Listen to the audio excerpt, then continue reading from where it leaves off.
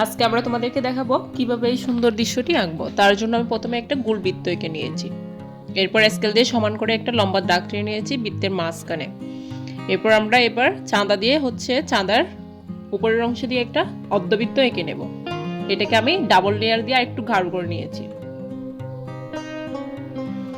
এরপর আমরা যে লম্বা দাগটি এঁকেছি স্কেল দিয়ে ওটার উপর একটা বিড়াল আঁকবো। বিড়াল আঁকার জন্য প্রথমে আমি যে লম্বা স্কেল দিয়ে যে দাগটা দিয়েছি সেটাকে একটু গাঢ় করে নিচ্ছি। গাঢ় করে নিলে আমাদের এই যে বৃত্তের মধ্যে যে সিনারিটা আঁকতেছি সেটা দেখতে সুন্দর লাগবে। এরপর আমরা কিছু দেওয়াল এঁকে নেব, সেগুলোকে আবার ডাবল লেয়ার দিয়ে দিচ্ছি যাতে একটু গাঢ় দেখায় এবং দেখতে আরো সুন্দর দেখে, আকর্ষণীয় দেখায় আমাদের বৃত্ত সিনারিটাকে। তোমরা এভাবে আমার মতো সমান করে স্কেল দিয়ে এঁকে নেবে। এরপর আমি বিড়াল আঁকার জন্য মাথাটা এঁকে নিচ্ছি। এটা অর্ধবৃত্তের মতো করে আঁকবে। এরপর দুই পাশে দুইটা পাতার মতো করে দিয়ে নেবে।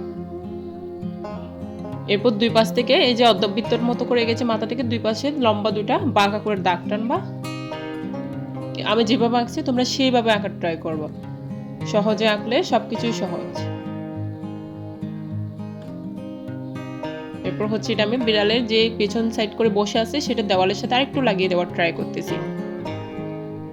এরপর আমরা বৃত্ত থেকে বিড়ালটাকে কি করব, স্কেচ করে নেব। তোমরা আমার সাথে সাথে হাত চালানোর ট্রাই করবে। আমরা এটাকে আরো সুন্দরভাবে বিড়ালের শেপ নিয়ে আসার ট্রাই করতেছি।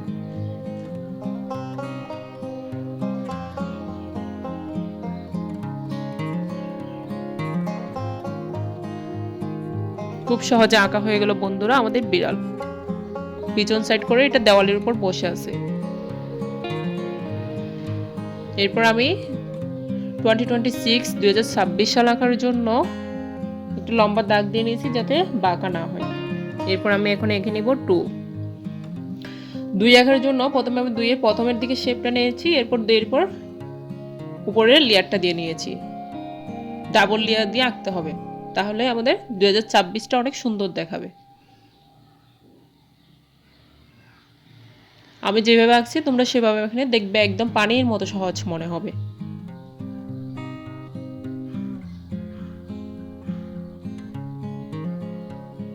খুব সহজে আঁকা হয়ে গেল আমাদের 2026। এরপর উপরে যে দাগটা দিয়েছিলাম আমি স্কেল দিয়ে সেটা মুছে দিলাম। এরপর আমরা এবার 2026-এর উপর 3টা লাভ আঁকবো। তার জন্য আমি 3টা স্কেল দিয়ে 3টা দাগ টেনে নিয়েছি। প্রথমের যে দাগ টেনেছি এটা একটু ছোট, এরপরটা একটু লম্বা, এরপরটা একটু লম্বাটে। এরপর আমার স্কেল যে আছে ওখানে যে লাভটা থাকে ওই স্কেলের লাভটা দিয়ে লাভ শেপটা এঁকে নিয়েছি। এরপর যে আমি 2026 সালটা এঁকেছি সেটাকে আমি কি করেছি, পেন্সিল দিয়ে একটু গাঢ় করে নিচ্ছি যাতে দেখতে আরো সুন্দর আকর্ষণীয় দেখায় দৃশ্যটা আমাদের। আমি যেভাবে গাঢ় করে নিচ্ছি তোমরা আমার মতো করে গাঢ় করে নেবে, তাহলেই দেখবে তোমাদেরটা হুবহু আমার মতো সুন্দর দেখাবে।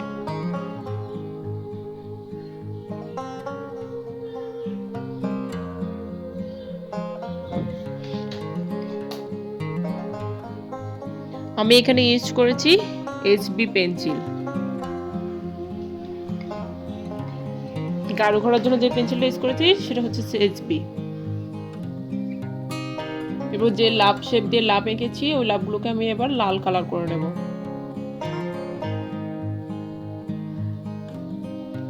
প্রথমে যাতে লাভ রং করার সময় বাইরে না যায় রং, এই জন্য আমি সেটাকে একটা শেপ দিয়ে নিয়েছি সুন্দর করে।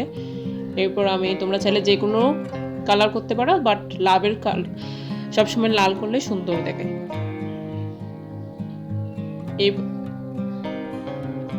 এবার যে আমি পেন্সিলে স্কেচ করতে গিয়ে যে হালকা হালকা পেন্সিলের দাগ বসে গিয়েছে এগুলো মুছে দিলাম। এরপর আমি এটাকে আরেকটু পেন্সিলে স্কেচ করে নিচ্ছি আরো সুন্দর দেখানোর জন্য।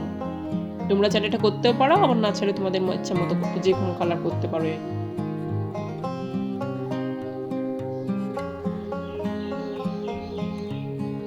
দেখো পেন্সিল স্কেচ করার পর এটা আরো কত সুন্দর দেখাচ্ছে।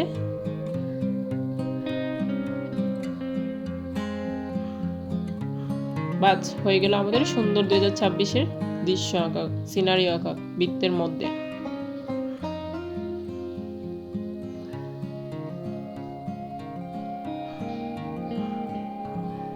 তোমরা ট্রাই করবা 2026টা যেন সবগুলা অক্ষর সেম সাইজের হয়, সেম শেপের হয়, তাহলেই দেখতে অনেক বেশি সুন্দর লাগবে।